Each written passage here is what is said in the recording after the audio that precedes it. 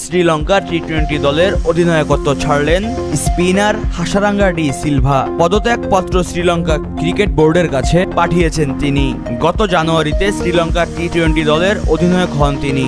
এক বিবৃতিতে এসএলসি জানায়, শ্রীলঙ্কার ক্রিকেটের বৃহত্তর স্বার্থেই দায়িত্ব থেকে সরে দাঁড়িয়েছেন হাসারাঙ্গা। পদত্যাগপত্রে হাসারাঙ্গা লিখেছেন, একজন খেলোয়াড় হিসেবে শ্রীলঙ্কা ক্রিকেটে সবসময় আমার সর্বোত্তম প্রচেষ্টা থাকবে এবং আমি সর্বদা আমার দলের পাশে থাকব ও নেতৃত্বকে সমর্থন করব।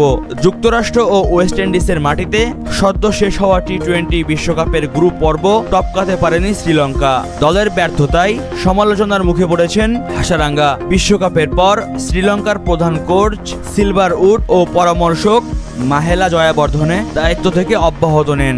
সদ্য অন্তর্বর্তীকালীন কোচ হিসেবে দায়িত্ব পেয়েছেন সাবেক অধিনায়ক সনাথ জয়সুরিয়া। হাসারাঙ্গা সরে দাঁড়ানোয় দ্রুতই টি-20 ফরম্যাটের জন্য নতুন অধিনায়ক খুঁজতে হবে শ্রীলঙ্কাকে, কারণ এ মাসে 26শে জুলাই থেকে ঘরের মাঠে ভারতের বিপক্ষে 3 ম্যাচের টি-20 সিরিজ খেলতে নামবে লঙ্কানরা। হাসারাঙ্গার জায়গায় অধিনায়ক হবার দৌড়ে এগিয়ে আছেন ব্যাটার চারিত আশালঙ্কা।